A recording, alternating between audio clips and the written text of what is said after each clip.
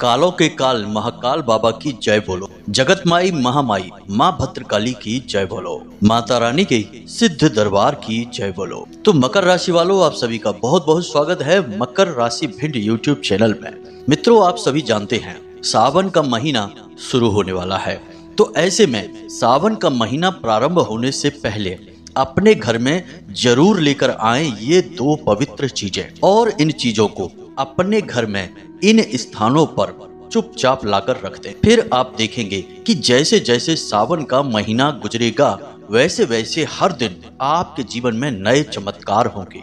इन दोनों चीजों में इतनी अधिक शक्ति है, इतनी अधिक सकारात्मक ऊर्जा है कि ये खुद बाबा भोलेनाथ और माता पार्वती की कृपा और आशीर्वाद को आपके जीवन में खींच कर ले आएंगी। और यह तो आप भी जानते हैं कि एक बार बाबा भोलेनाथ हमसे प्रसन्न हो जाएं तो वे हमारे भाग्य में जो अनिष्टकारी चीजें लिखी हैं उन्हें काटकर उन चीजों को लिख सकते हैं जो हम चाहते हैं और जिनके लिए हम लगातार प्रयास कर रहे हैं। तो अब समय आ गया है जब आपके जीवन से सारे कष्ट जो आपके भाग्य में लिखे हुए हैं कटने वाले हैं और भोले बाबा आपके जीवन में खुशियां ही खुशियां भरने जा रहे हैं।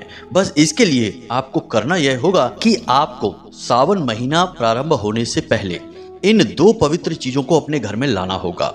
अब ये दो पवित्र चीजें कौन सी हैं और इन्हें अपने घर में लाकर किस स्थान पर रखना है, उसके नियम क्या हैं, विधि विधान क्या हैं और ये दोनों चीजें आपके जीवन में किस प्रकार से बदलाव लेकर आएंगी।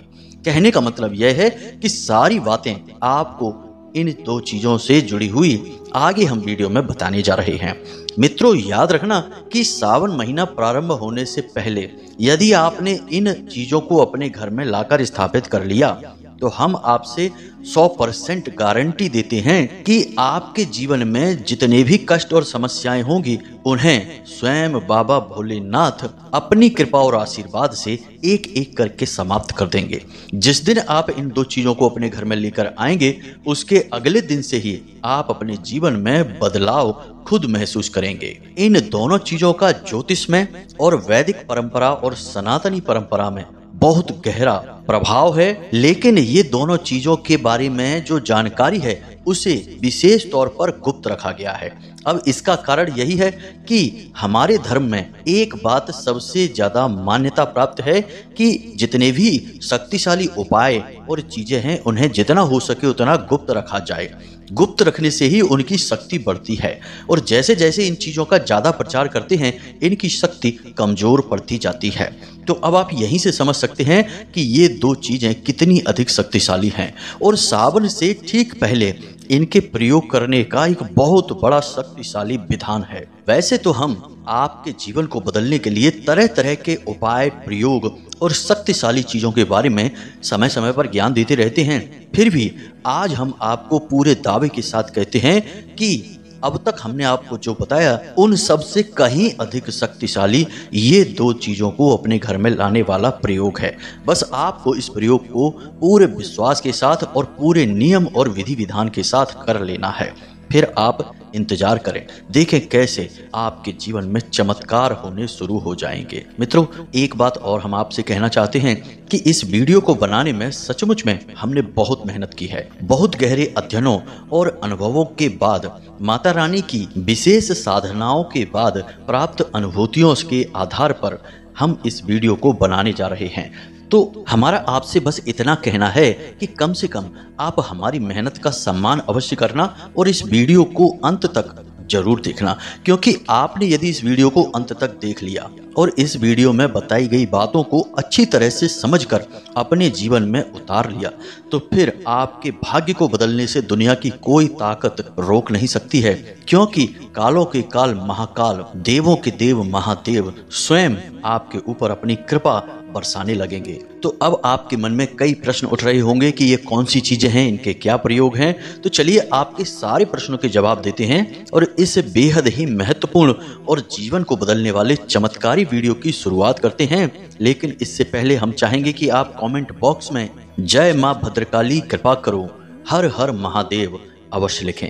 माता भद्रकाली और बाबा भोलेनाथ आपके ऊपर पूर्ण कृपा और आशीर्वाद करेंगे और आपका जीवन स्वर्ग जैसा सुंदर हो जाएगा। इसी के साथ साथ माता रानी के इस दास का आपसे एक छोटा सा निवेदन और है कि यदि आप इस चैनल पर पहली बार आए हैं तो आप इस चैनल को सब्सक्राइब करके बगल में जो घंटी का निशान है उसे भी अवश्य दबा ही दें।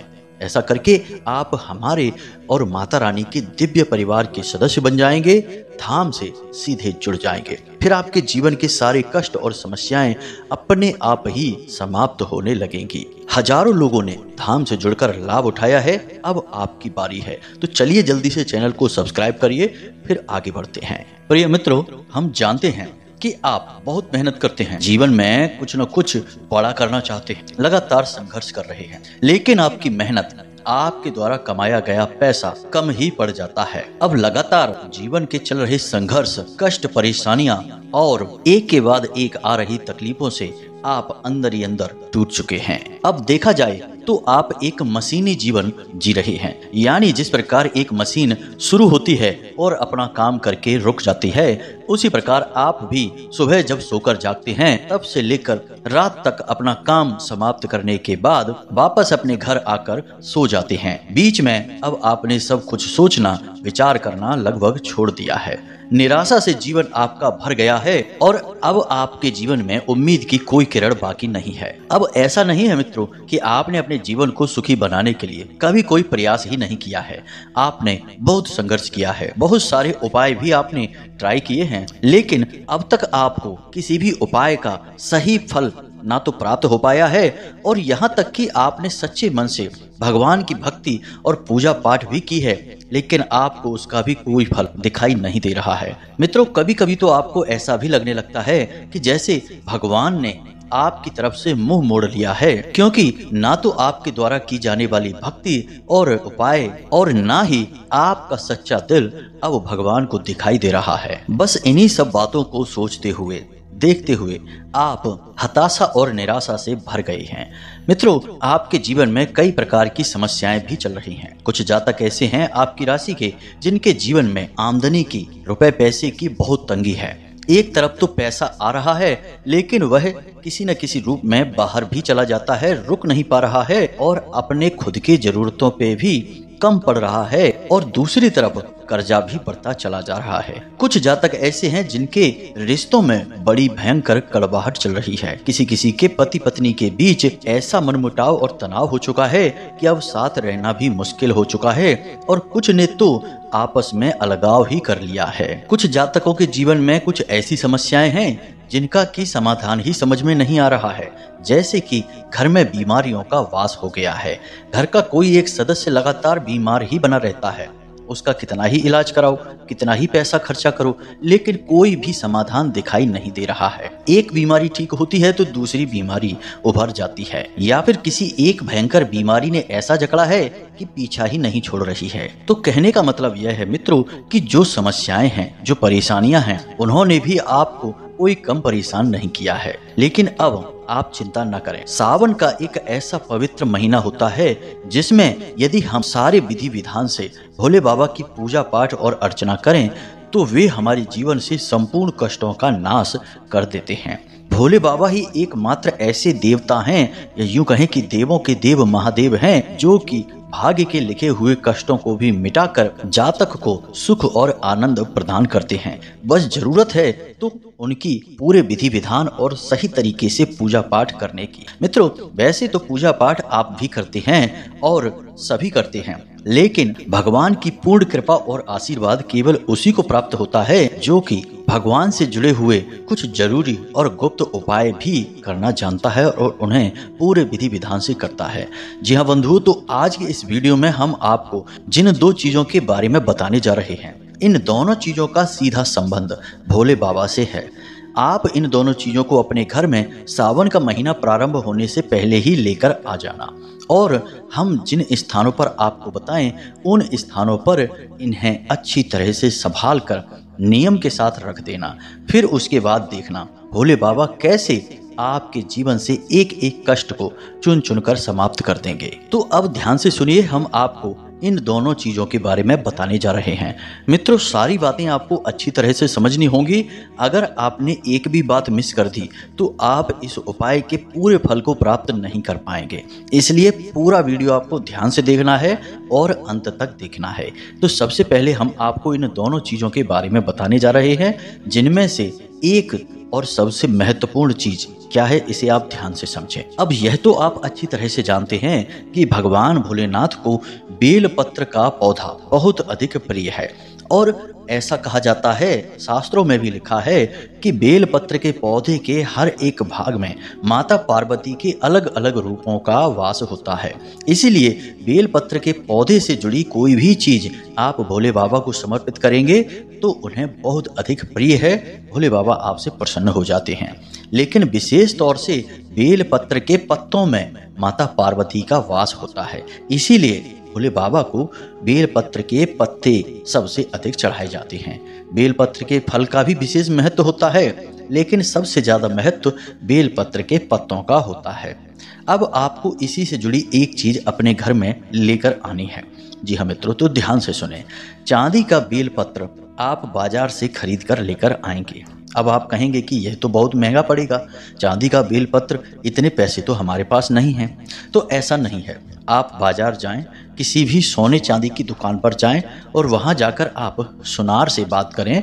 वह आपको आपके मन और आर्थिक व्यवस्था के अनुसार बेलपत्र की पत्तियां दे देगा। अलग अलग रूपों, आकारों और वजन में ये पत्तियां मिलती हैं। लोग अक्सर इन्हें खरीदते हैं, आपको भी खरीद कर लेकर आना है। अब इन बेलपत्र की पत्तियों को आप अपने घर लेकर आएं सावन का महीना प्रारंभ होने से पहले किसी भी दिन। उसके बाद इन्हें आप पूर्ण रूप से शुद्ध करने के बाद पंचाक्षरी मंत्र से अभिमंत्रित करने के बाद अपने पूजा घर में सफेद रंग के कपड़े में लपेट कर रख लें। अब जहां भोले बाबा की फोटो है या फिर शिवलिंग है आपके पूजा घर में, उसी के पास इस बेलपत्र के पत्तों को आपको रखना है। अब जब सावन का महीना प्रारंभ होगा उस दिन आपको इस बेलपत्र के पत्ते को लेकर जाना है भोले बाबा के मंदिर में और इसे शिवलिंग के ऊपर अर्पित कर देना है, यानी भोले बाबा के शिवलिंग पर इसे रख देना है। उसके बाद आपको वहीं बैठकर पंचाक्षरी मंत्र का एक माला जाप फिर से करना है और उसके बाद भोले बाबा के शिवलिंग पर जो जल चढ़ाया जाता है उस जल में इसे अच्छी तरह से डुबा दें और उसके बाद इसे साफ करके पोंछ के फिर से उसी सफेद कपड़े में लपेटकर अपने घर में लाकर रख लें। अब मित्रों, यह जो बेलपत्र का पत्ता है यह भोले बाबा की दिव्य ऊर्जा और आशीर्वाद से पूर्ण रूप से अभिमंत्रित हो जाएगा। अब आपके जीवन में कितनी ही भयंकर से भयंकर नकारात्मकताएं हो, कितने भी कष्ट हों, एक एक करके अपने आप समाप्त होते चले जाएंगे। मित्रों, यह तो एक उपाय है और एक चीज है। हालांकि अभी इसका उपाय पूरा नहीं हुआ है। सावन महीना समाप्त होने से पहले भी आपको एक छोटी सी क्रिया और करनी है, तभी यह उपाय पूर्ण रूप से कारगर होगा और यह जो बेलपत्र है यह भोले बाबा के रूप में दिव्य रूप धारण करके आपके घर में विराजमान होगी। अब हम आपको बताने जा रहे हैं दूसरी और बेहद शक्तिशाली चीज के बारे में। इसका भी सीधा संबंध भोले बाबा से ही है और इसके बारे में कई बड़ी मान्यताएं हमारी वैदिक परंपरा में प्रचलित है। लोगों का मानना यह है कि यह एक चीज स्वयं दिव्य शक्ति का प्रतीक है और जिस इंसान के घर में यह चीज स्थापित होती है उस इंसान के जीवन में कभी कोई कष्ट आ ही नहीं सकता है, क्योंकि विघ्नहर्ता गणेश जी स्वयं उस जातक के घर में विराजमान हो जाते हैं और उसके जीवन में आ रहे किसी भी प्रकार के विघ्न को समाप्त कर देते हैं। जी हाँ मित्रों, भगवान गणपति का एक और नाम है जिसे हम श्वेतार्क गणपति कहते हैं। श्वेतार्क गणपति बहुत ही शक्तिशाली होते हैं और बहुत तीव्र होते हैं। श्वेतार्क गणपति के मामले में यह विचार बहुत प्रचलित है धार्मिक पुस्तकों में और धार्मिक लोगों के बीच में कि श्वेतार्क गणपति जिस इंसान के जीवन में एक बार कृपा करना शुरू कर देते हैं उस इंसान के जीवन में सुख समृद्धि, माता लक्ष्मी और धन वैभव का हमेशा के लिए वास हो जाता है। कुबेर अपने संपूर्ण खजाने को उस इंसान के लिए खोल देते हैं और दुनिया की कोई भी नकारात्मक शक्ति हो, चाहे भूत प्रेत या तांत्रिक क्रिया क्यों न हो, सब कुछ क्षण भर में समाप्त हो जाता है। इसीलिए इस श्वेतार्क गणपति को अपने घर में विराजमान करना बहुत अधिक आवश्यक है। अब यदि आप इस उपाय को सावन महीना प्रारंभ होने से पहले करेंगे तो इसका आपको बहुत अधिक फल प्राप्त होगा। जैसा कि हमने आपसे कहा कि यदि श्वेतार्क गणपति ठीक से विराजमान हो जाएं और अपनी कृपा करना शुरू कर दें, तो अब ठीक से विराजमान तो तभी होंगे जब आप सही समय काल और विधि के अनुसार इन्हें स्थापित करेंगे। बस यूं ही लाकर अपने घर में रख लेंगे तो ये ठीक से स्थापित नहीं हुए, फिर इनकी कृपा भी प्राप्त नहीं होगी। तो अब ध्यान से सुनिए कि श्वेतार्क गणपति असल में हैं कौन। ये कोई बाजार में मिलने वाली प्रतिमा या फोटो नहीं है जिसे आप खरीद कर ले आएंगे।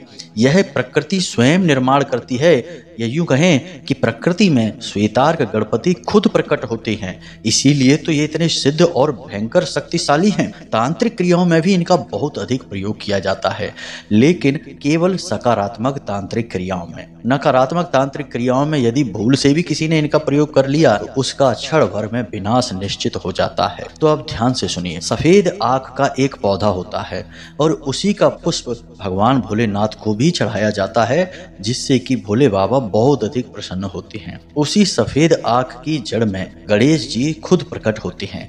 यानी कि उस सफेद आंख के पौधे की जड़ को यदि खोदा जाए तो उसका आकार गणेश जी की मूर्ति के आकार में ही हमेशा बनता है। इसे आप ध्यान देना। यह खाली हम नहीं कह रहे हैं, यह स्वयं शिव पुराण में भी लिखा है, देवी भागवत में लिखा है, विष्णु पुराण में लिखा है।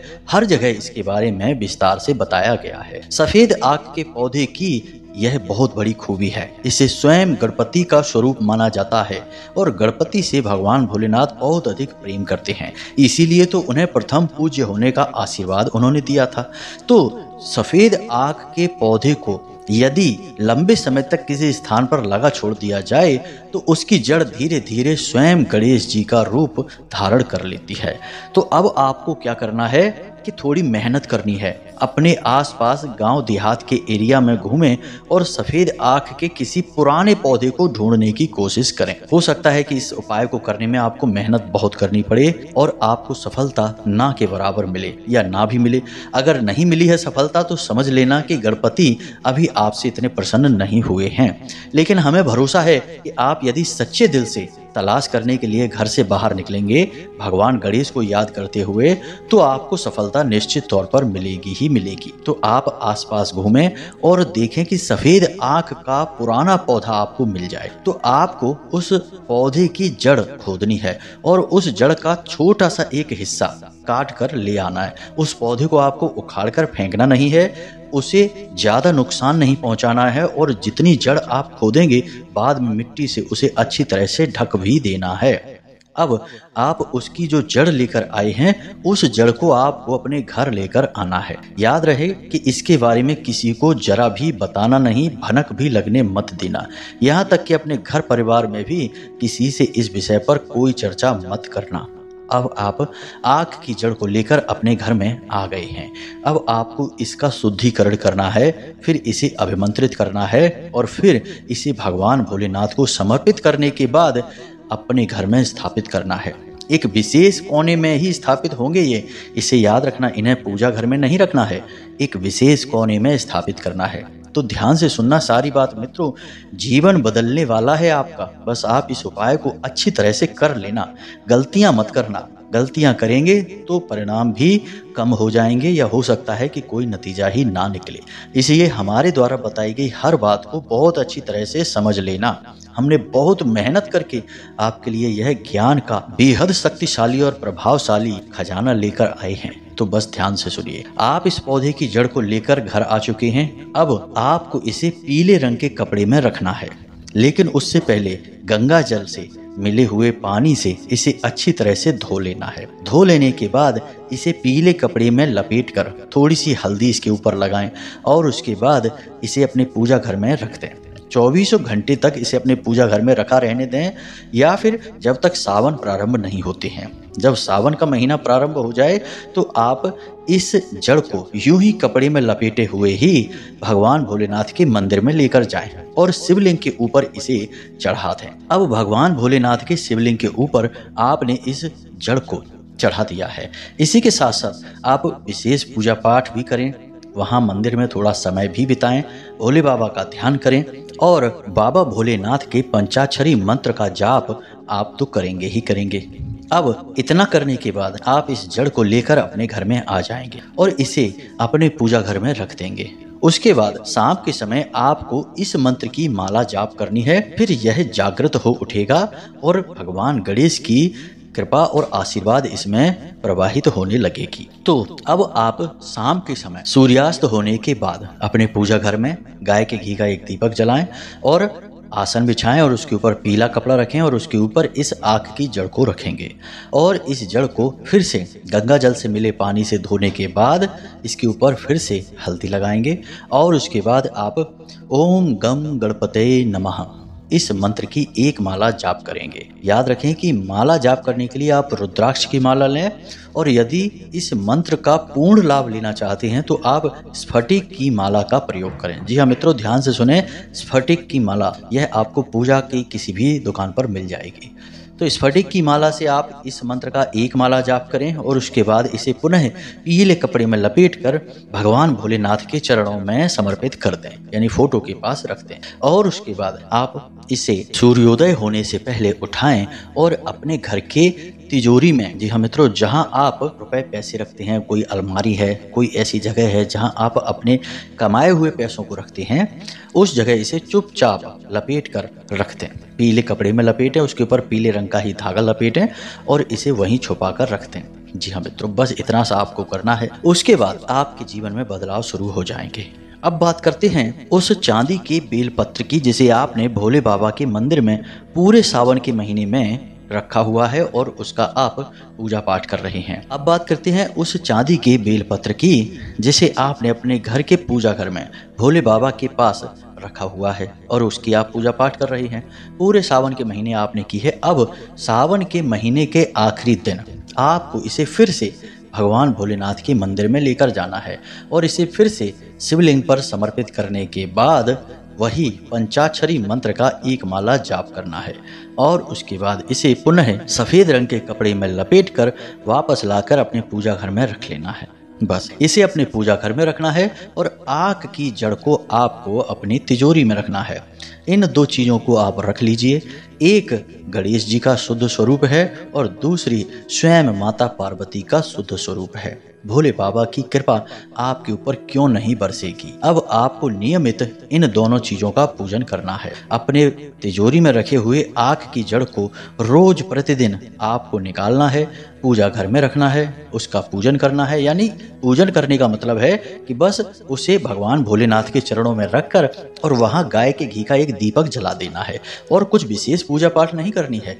इससे क्या होता है कि इनके अंदर सकारात्मक ऊर्जा लगातार प्रवाहित होती रहती है। दिव्य चीजों को भी नकारात्मक ऊर्जाओं से छुटकारा दिलाने के लिए इन्हें लगातार दैवीय शरण में रखना पड़ता है। यूं ही रखकर छोड़ देंगे तो धीरे धीरे ये खंडित होने लगती हैं, इनकी ऊर्जा क्षीण होने लगती है। याद रखें कि ये भगवान से जुड़ी हुई चीजें हैं, भगवान नहीं है, इसलिए इन चीजों में भी नकारात्मकता आ सकती है, ये खंडित हो सकती हैं। तो आपको इन्हें प्रतिदिन भगवान की ऊर्जा से और आशीर्वाद से परिपूर्ण करना होगा। तो बस रोज आपको यह करना है, फिर वापस उठाकर आग की जड़ को तिजोरी में रख देना है और बेल पत्र को भगवान के चरणों में तो रखा छोड़ ही देना है। बस ये दो कार्य करिए। उसके बाद आप देखेंगे कि यह जो सावन का महीना है यह इतना दिव्य और चमत्कारी होगा, इतने लाभ मिलेंगे, इतनी खुशियां मिलेंगी जैसा अब तक आपको कभी भी नहीं मिला होगा। तो मित्रों, ये जानकारी बेहद गुप्त है, इसके बारे में ज्यादा किसी से कोई चर्चा ना करें। जो आपको करना है उसे अपने मन में रखें, किसी से बात ना करें, पूछताछ ना करें और ना ही किसी को बताएं। उपाय कोई भी हो सफल तभी होता है जब वह गुप्त रहता है। प्रचार कर देने से उपाय की ऊर्जा क्षीण हो जाती है। तो इसी के साथ साथ आपको जो हमने जानकारी दी है, उम्मीद करते हैं इस जानकारी का प्रयोग करके आप अपने जीवन को बदल पाएंगे। हजारों लोगों ने बदला है तो आपका भी बदलेगा। अब यदि कोई प्रश्न आपके मन में उठता है तो आप कमेंट करके पूछें या फिर वीडियो के डिस्क्रिप्शन में दिए गए व्हाट्सएप नंबर पर सीधे मैसेज करके भी पूछ सकते हैं। इसी के साथ साथ आज की इस वीडियो को विराम देते हैं। हमेशा हंसते रहिए, मुस्कुराते रहिए और कमेंट बॉक्स में जय माँ भद्रकाली, जय भोलेनाथ अवश्य लिख दीजिए। मिलते हैं अगले ज्ञानवर्धक वीडियो में, तब तक के लिए धन्यवाद। जय माई की, जय माँ भद्रकाली। माता रानी आपका कल्याण करेंगी।